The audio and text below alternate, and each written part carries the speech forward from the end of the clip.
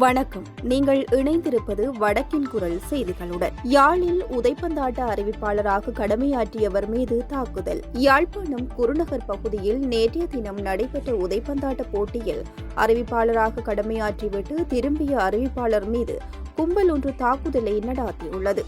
சம்பவம் தொடர்பில் தாக்குதலுக்கு இலக்கானவர் தெரிவிக்கையில், உதைப்பந்தாட்ட போட்டியில் அறிவிப்பாளராக கடமையாற்றிவிட்டு வெளியேறிய போது கடற்தொழில் அபிவிருத்தி சங்கத்தின் செயலாளர் தலைமையில் வெளிநாட்டிலிருந்து வந்திருந்த நபர் உள்ளிட்ட கும்பல் என் மீது மூர்க்கத்தனமான தாக்குதல் நடத்தினர். அத்துடன் நான் அணிந்திருந்த விளையாட்டுக் கழகத்தின் உத்தியோகபூர்வ ஆடையையும் கிழித்துள்ளார்கள். இது தொடர்பில் யாழ்ப்பாண போலீஸ் நிலையத்தில் முறைப்பாடு செய்துள்ளேன். போலீசார் துரித விசாரணைகளை மேற்கொண்டு என் மீது தாக்குதல் நடத்தியவர்களை உடனடியாக கைது செய்து நீதிமன்றில் முற்படுத்த வேண்டும் என கூறியுள்ளார். வடக்கில் மூடப்படவுள்ள பாடசாலைகள். அரசாங்க தரப்பில் வெளியான தகவல். வடமாகாணத்தில் 70க்கும் மேற்பட்ட பாடசாலைகள் மூட வேண்டிய நிலைக்கு தள்ளப்பட்டுள்ளது என அமைச்சர் ராமலிங்கம் சந்திரசேகரன் தெரிவித்துள்ளார். நேற்று வடக்கு மாகாண பிரதம செயலாளர் அலுவலக கேட்போர் கூடத்தில் இடம்பெற்ற கல்வி சீர்திருத்தம் தொடர்பான தேசிய வேலைத்திட்டத்தின் அமர்வில் கலந்து கொண்டு உரையாற்றும் போதே அமைச்சர் இதனை குறிப்பிட்டுள்ளார். வடமாகாணத்தில் 982 பாடசாலைகள் காணப்படும் நிலையில் அவற்றில் 70க்கும் மேற்பட்ட பாடசாலைகள் மூட வேண்டிய நிலைக்கு தள்ளப்பட்டுள்ளது என அமைச்சர் தெரிவித்துள்ளார். வடமாகாணமே இலங்கையில் அதிக வறுமைக்கு உட்பட்ட பிரதேசமாக இருக்கிறது. இலங்கையில் வறுமையான மாவட்டமாக மொனராகலை மாவட்டம் இருந்த நிலையில் தற்போது அது முல்லைத்தீவு மாவட்டமாக மாறியிருக்கிறது. இதனால் வறுமையுடன் இணைத்து கல்வி தொடர்பான பிரச்சினையையும் அணுக வேண்டியுள்ளது. வறுமையில் இருக்கும் இடங்களிலெல்லாம் கல்வி பிரச்சினையும் காணப்படுகிறது எனவும் தெரிவித்துள்ளார். யாழில் பெரும் சோகத்தை ஏற்படுத்திய இளைஞனின் பரிதாப மரணம். கதரும் குடும்பம். யாழில் உடல் சுகவீனம் ஏற்பட்டு இளைஞர் ஒருவர் நேற்றைய தினம் உயிரிழந்த சம்பவம் இடம்பெற்றுள்ளது.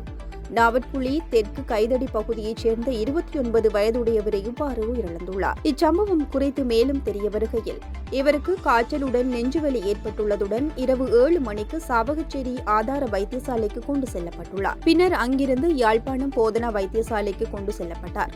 இருப்பினும் சிகிச்சை பலனின்றி நேற்று மாலை உயிரிழந்துள்ளார். அவரது சடலம் மீதான மரண விசாரணைகளை திடீர் மரண விசாரணைகளின் பின்னர் உடற்கூற்று பரிசோதனைகளுக்காக சடலம் யாழ்ப்பாண போதனா வைத்தியசாலையில் வைக்கப்பட்டுள்ளது. தேவாலயத்தின் அருகில் சடலமாக கிடந்த குடும்பஸ்தர். தமிழர் பகுதியில் சம்பவம். மட்டக்களப்பு கல்லடி கிறிஸ்தவ ஆலயத்திற்கு அருகாமையில் ஆண் ஒருவரின் சடலம் கண்டெடுக்கப்பட்டுள்ளது. கல்லடி பிரதான வீதியில் அமைந்துள்ள கிறிஸ்தவ ஆலயத்திற்கு அருகாமையில் இன்று 63 வயதுடைய ஆண் ஒருவரின் சடலம் மீட்கப்பட்டுள்ளதாக காத்தான்குடி போலீசார் தெரிவித்துள்ளனர். கிரான்குளம் பகுதியைச் சேர்ந்தவரே சடலமாக மீட்கப்பட்டுள்ளதாக தெரிவிக்கப்பட்டுள்ளது.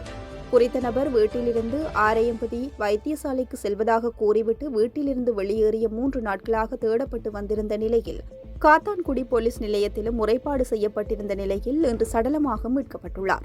இது தொடர்பான மேலதிக விசாரணைகளை காத்தான்குடி போலீசார் முன்னெடுத்து வருகின்றனர். திருகோணமலையில் மரணத்தில் முடிந்த விருந்துபசாரம். திருகோணமலை வடக்கு கடற்கரை வீதியில் குழு ஒன்றினால் தாக்குதலுக்கு உள்ளாகி ஒருவர் உயிரிழந்துள்ளார்.